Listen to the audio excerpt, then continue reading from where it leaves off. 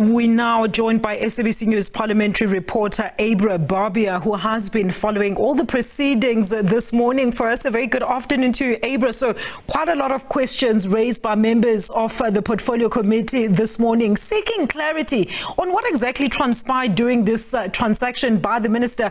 Please give us a wrap of today's proceedings.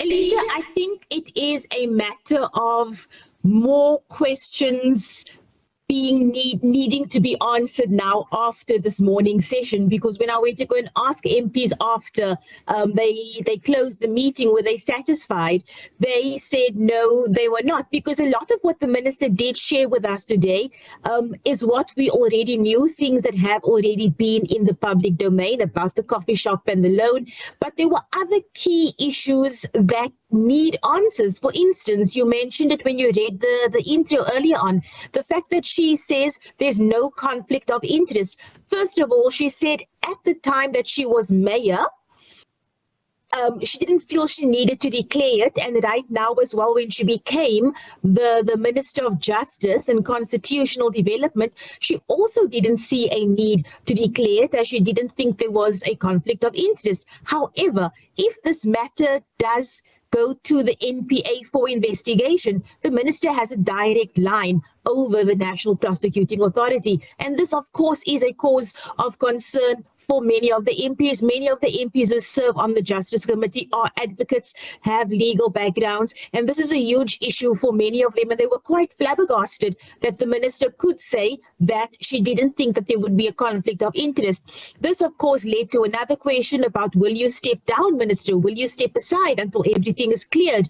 That question was also asked a couple of times because MPs did not feel she answered it adequately. All that she would say on that is she would wait to hear from the president. She was then told, but you are a person within your own right. You can, in fact, make the decision to step aside, just to say, you know what, let me just hang 10 and step down for a while till this matter is cleared up. But her answer was she's going to wait for the president. Another sticking point, Alicia, Gundo Wealth Solutions is not a registered credit provider.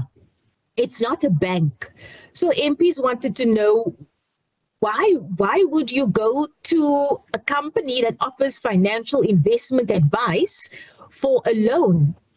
MPs kept on asking this question over and over, and the minister's standing response was, I took out a loan with Gundo, not with VBS. She didn't realize, or she didn't think about where the money came from. She went to the gentleman for financial assistance, and he said, actually, I've got a product that I think might work for you, that product being the loan. So the minister didn't come and actually provide us with any information on paper today in terms of the money trail and in terms of statements and her repayment agreement. The MPs also asked for a contract of the loan agreement. She did say that based on what Parliament's legal team, the advice that Parliament's legal team is going to give the committee, she would then provide them with all that information if the legal team says Parliament is within its rights to request that information, because as things stand, this is not an inquiry.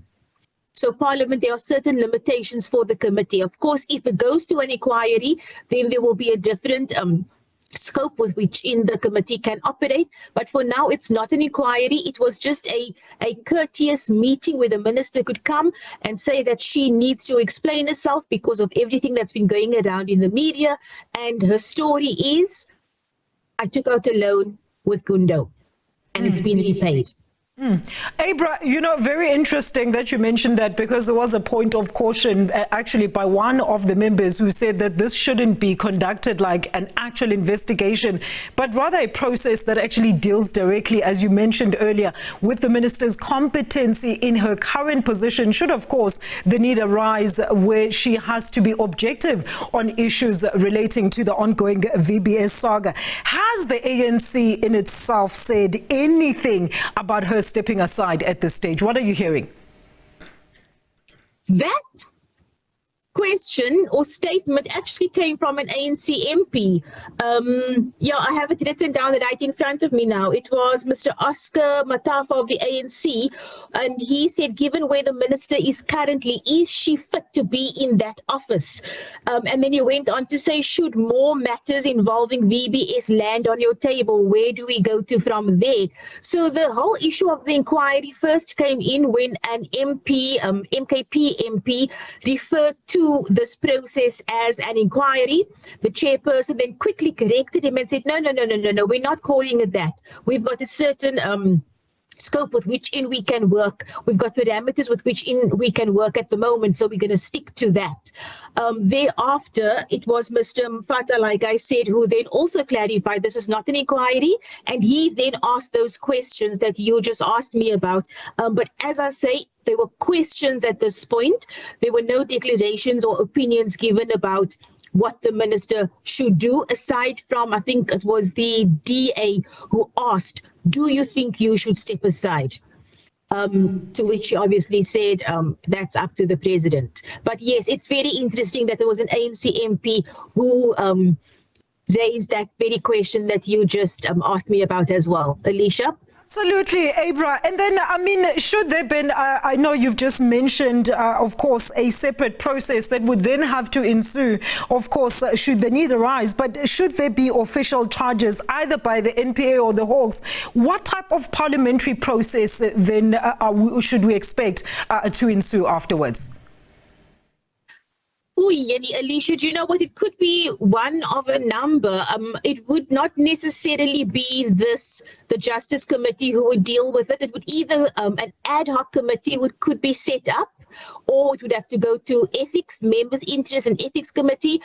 So it could go either way, but obviously that's a decision that Parliament would have to decide on. Votes would have to be taken in the National Assembly as to how it would be conducted. And then there would also have to be a formal motion by a party requesting for further investigation into this.